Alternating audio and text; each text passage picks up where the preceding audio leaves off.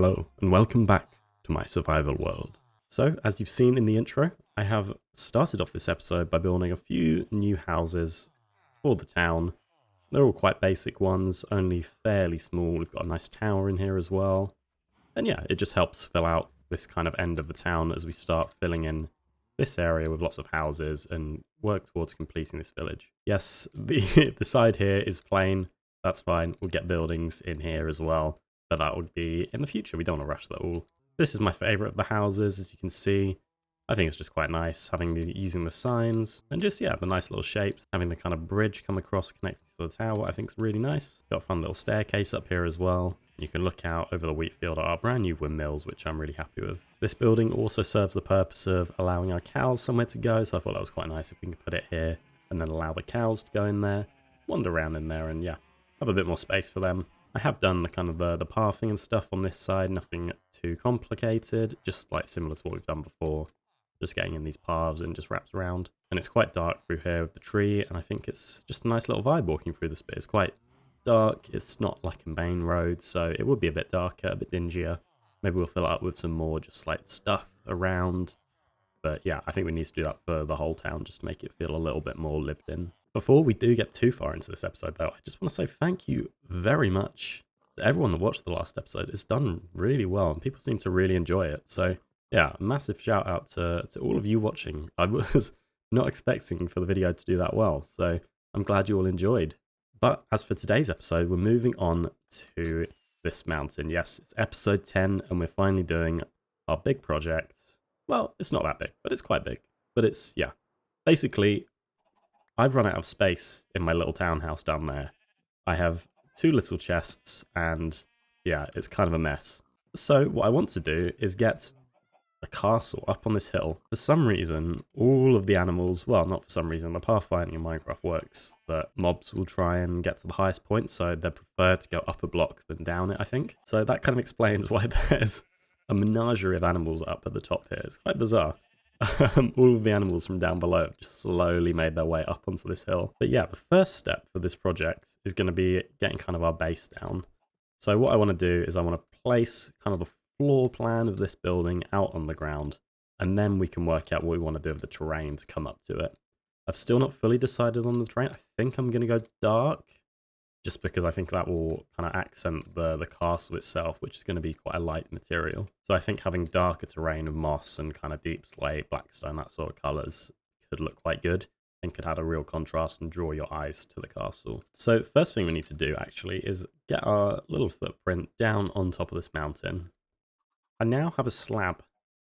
Yeah, it's not the prettiest thing to look at, but this gives you an idea of kind of the size of the building we're wanting to go with. Like I say, it's far from a mega base or anything like that, but this will give us plenty of room to play with. It's going to be a little bit tall, so we'll have multiple floors, but yeah, this should be more than enough space than I need. As you can see, some bits are a bit more detailed. These are kind of our outside areas, as you will see later on, whereas the inside is just very plain, just using the spruce planks, but in the future, do not fear, we will spruce up the interior, no pun intended. But yes, as you can see, it is very much just a slab sitting, floating in the middle of nothing. So that's something we desperately need to sort out. I really don't have much of an idea of what I actually want to do with this terraforming. I kind of know the palette that I want. I know I want there to be a path leading up from our path down there, leading up to the castle on this side. And I know I want some small trees, some small spruce trees on there. But other than that, I'm a bit stumped where to start with this project. I have thought about using Axiom to maybe do this, to work out the shapes, but I don't think I am going to do that. I'm still undecided about how I feel about using Axiom. I've yet to use it, and well, maybe I'm just scared of the learning curve, but I'm not sure how I feel about using it as a tool for building yet. So I think the best way to do it is just to start working out, getting in some lines and working out where we kind of want this terrain to go. And I think that's going to be the best way to get started on this project. One eternity later. This has ended up being quite a big project. We've done quite a bit of terrain here. As you can see, we now have our mountain in place. So yeah, this was quite this was quite a big undertaking. Basically, what I wanted to do was just have this kind of black stone sort of look, the moss, just have it look a little bit desolate, a little bit dark, just to kind of focus your eye up on the castle that will be on the top here. So normally for everything I kind of build in this world, I have a bit more of kind of like a plan. Usually with buildings and stuff, I'll have made it in creative first. But for this, I just decided just to completely wing it. Obviously, I don't want to do it for everything because I haven't got a good time lapse or anything like that in. But I think for doing something like this, it was quite nice to switch off and just kind of place blocks and not have to worry about making it perfect or whatever. The way I made it, just because at the start I was a bit overwhelmed, I didn't know where to start. I just decided, firstly, I want to work out where I want the paths to go. So I kind of placed in like a 1 block wide line, shaped it round, had it kind of loop round here because I knew I wanted a loop there for a little plateau so you can stand off here and kind of look back over. And looped it back up round to the entrance of our castle, which will be there. And then I also made it loop down the other direction, down here, and then we might have a bridge going across here. I haven't really decided where I want that to lead yet. And then it was just kind of about filling in the terrain from our base down to the paths and then down to the floor. As you can see, the inside is looking very hollow, which is cool.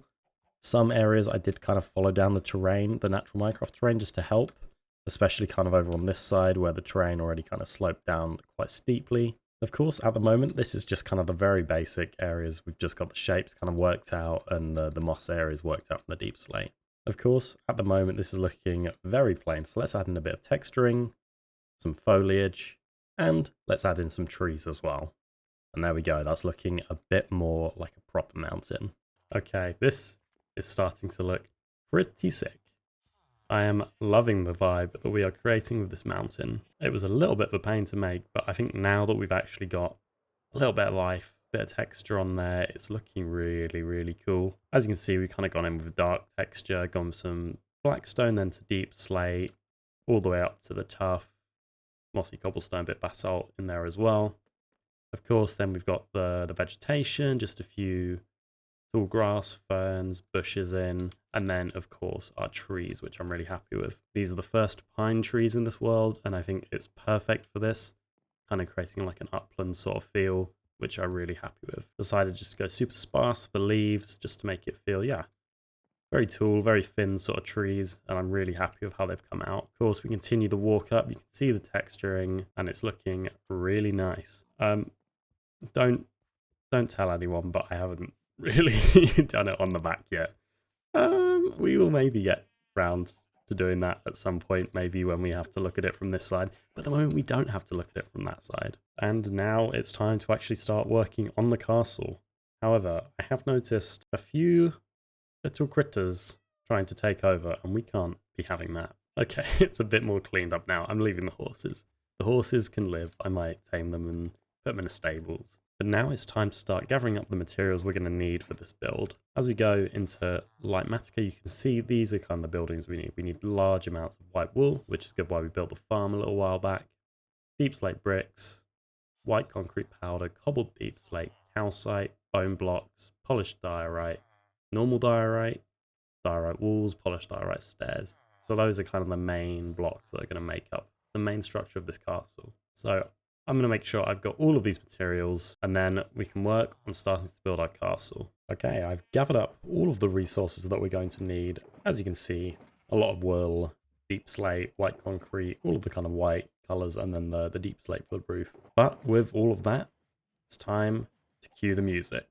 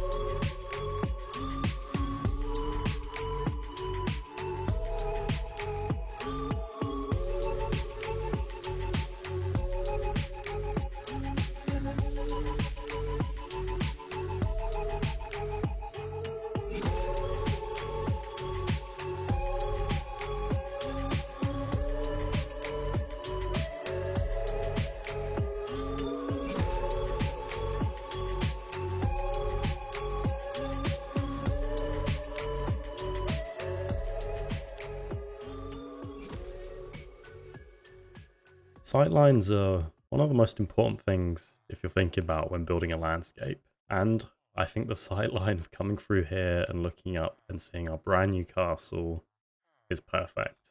This is the main view, to be honest, that I wanted to capture. I wanted to come through here. This is the place where I run through the most. Run through my town, usually come out of my storage system and look over at the wheat fields. So I wanted something nice and big up there.